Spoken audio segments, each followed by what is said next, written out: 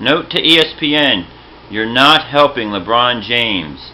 For some reason, ESPN has a vested interest in making more people like LeBron James. He is the best player in the NBA right now, there's no question about it, and they're obsessed with trying to sell you that LeBron James is the greatest player of all time, and they're throwing Michael Jordan under the bus, if you ask me. But the situation right now, LeBron James is asking for a formal apology from Kevin Garnett and Paul Pierce to LeBron's teammate Ray Allen. The reason he thinks this is because when Ray Allen signed with the Miami Heat, he undertook a lot of criticism from his former teammates. In fact, Garnett gave him the cold shoulder by the bench during one of the games. They basically thought he was a Benedict Arnold and left the big three. Well, that was a free agent signing. The difference here, LeBron, I'm sure he realizes that Garnett and Pierce were traded. The coach was gone. The team was being dismantled. The big three itself was no longer together because of Ray Allen's personal choice. Those guys had one more year to do it, and that was last year. And no one saw the injury to Rondo coming either. So his comparison that this is apples to apples is a little bit misguided. However, you can't blame LeBron James for having his teammates back. There's nothing wrong with that. And I don't personally dislike LeBron James. I think he's a good guy. I just think ESPN is just perpetuating the fact that people aren't going to root for him. It comes down to this. Michael Jordan went over to Chicago. I mean, he was drafted by Chicago. He built a team there, and they ended up building a stadium or an arena, just like Babe Ruth did with Yankee Stadium, Peyton Manning, Lukoil Stadium.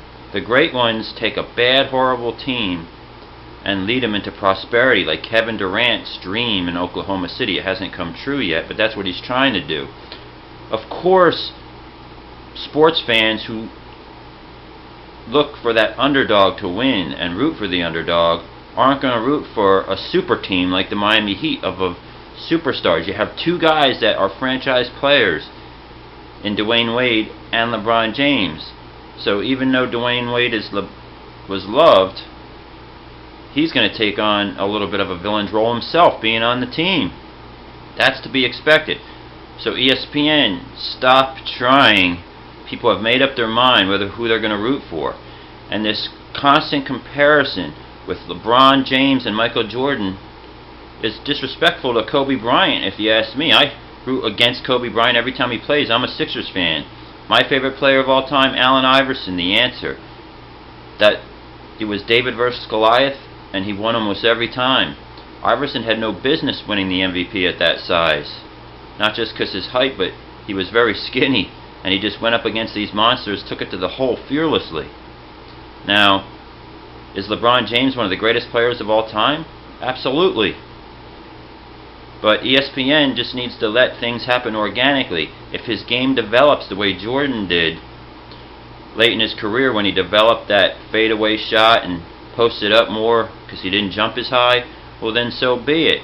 But don't try to tell us right now that there's some question as to who's the better player, Michael Jordan or LeBron James. It's getting insulting, and ESPN just can't let it go. You got to keep them in a news cycle with these ridiculous stories about demanding an apology from Paul Pierce and Ray Allen. And just a few minutes ago, I witnessed the anchor on ESPN, I think he was made to do it, so I'm not going to give his name, just leave out the fact that this was a trade.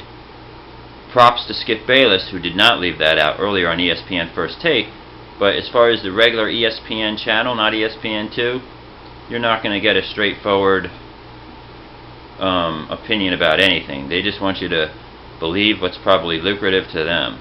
Now, I don't mean to diss ESPN because I watch it a lot. It's a great channel.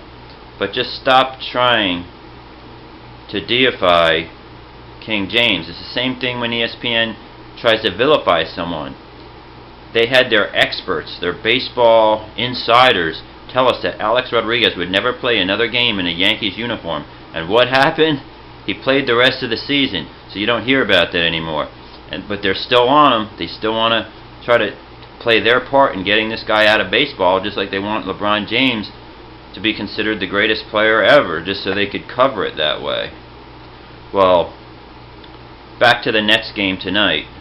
It will be interesting. Nets with Garnett, with Pierce, coached by the legendary Jason Kidd, will have his number retired, I think, during the game or at some point. It'll be a sight to behold for a preseason game. King James, Ray Allen, taking on the old Celtics, now in Nets uniforms.